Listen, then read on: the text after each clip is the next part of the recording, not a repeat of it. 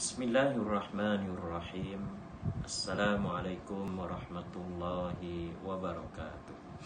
Alhamdulillah wassalatu wassalamu ala rasulillah wa ala alihi wa sahbihi wa man tabi'ahum bi ihsanin ila yaumiddin. Para remaja yang dirahmati Allah Ta'ala sekalian, kita telah pun berada di dalam bulan Ramadan, bulan yang penuh dengan keberkatan, bulan yang penuh dengan kemuliaan di sisi Allah Ta'ala.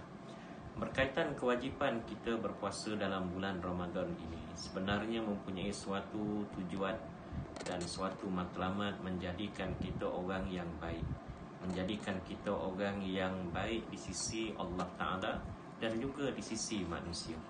Inilah yang disebut oleh Allah Ta'ala ketika mana mensyariatkan puasa di dalam bulan Ramadan. Ya ayyuhalladzina amanu kutiba alaikumusiyam kama kutiba 'alal ladzina min qablikum la'allakum tattaqun. Wahai orang-orang yang beriman, telah diwajibkan kepada kamu mengerjakan ibadat puasa di dalam bulan Ramadan sebagaimana yang telah difardukan kepada umat yang terdahulu sebelum daripada kamu. La'allakum tattaqun, mudah-mudahan dengan kamu berpuasa menjadikan kita orang-orang yang bertakwa, orang-orang yang baik di sisi Allah Ta'ala dan di sisi manusia. Timbul persoalan ketika mana tempoh kita menjalani perintah kawalan pergerakan PKP ini, di mana kita tidak dibenarkan keluar daripada rumah tanpa apa-apa sebab yang munasabah. Kita berada, banyak masa kita berada di rumah dengan anak kita, dengan isteri kita, dengan keluarga kita, dengan mak ayah kita. Maka apakah program-program pengisian yang bermanfaat selain daripada kita berpuasa di dalam bulan Ramadan yang wajib pada siangnya, dan juga mungkin kita membaca ayat-ayat Al-Quran yang diturunkan juga di dalam bulan Ramadan. Sebenarnya di sana cukup banyak perkara yang boleh kita lakukan asalkan mencapai tujuan matlamat ketakwaan sebagaimana yang disebut oleh Allah Ta'ala dalam ayat yang saya baca tadi. Di antaranya sudah pastilah kita menghidupkan malamnya dengan melakukan pelbagai aktiviti yang berfaedah.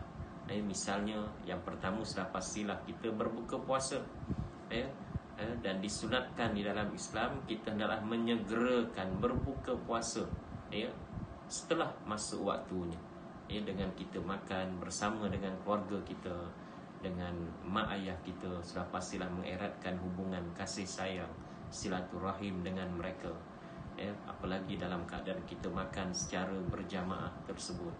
Kemudian kita ikuti dengan melakukan amalan-amalan yang wajib dan juga sunat berjamaah. Misalnya kita menjadi imam ataupun kita menjadi muazzin, menjadi makmum kepada ayah kita yang menjadi imam dalam solat fardu maghrib, solat fardu isya, kemudian diikuti dengan solat sunat tarawih, witir dan sebagainya. Ini juga pengisian pada waktu malam di dalam bulan Ramadan yang dapat mengeratkan silaturahim, kasih sayang di antara kita dalam satu keluarga yang ada di rumah. Dan yang keduanya sudah pastilah mendapat ganjaran dan pahala di sisi Allah Ta'ala. Benarlah apa yang disebut oleh Nabi SAW, man qama Ramadan imanan wahtisaban ghufira lahu ma taqaddama min zambi. Siapa yang mendirikan malam pada bulan Ramadan dengan penuh keimanan, dengan penuh pengharapan, maka Allah Subhanahu Wa Ta'ala akan ampunkan dosa-dosa yang pernah dilakukan selama ini. Yang kedua sudah pastilah selain daripada kita memenuhi masa dengan ibadah, sama ada tadi berpuasa Ramadan, sama ada kita dengan menghidupkan malam dengan aktiviti berfaedah, termasuk juga tadarus Al-Quran. Di sana juga antara kebaikan yang boleh kita lakukan aktiviti bermanfaat, dengan kita membantu ibu dan ayah kita menguruskan rumah yang cukup banyak.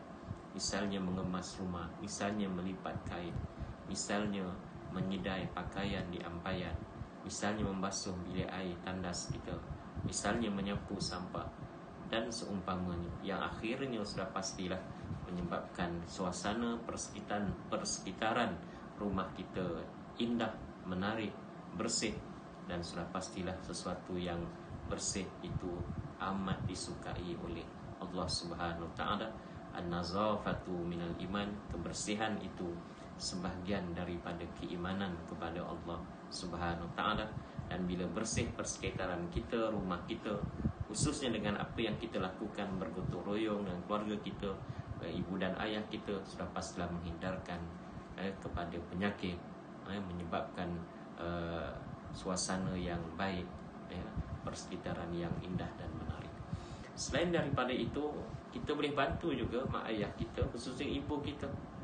Apabila masuk selepas asar, misalnya mereka sibuk menyediakan juadah berbuka puasa untuk mereka makan, untuk mereka dan keluarga mereka menyediakan makanan.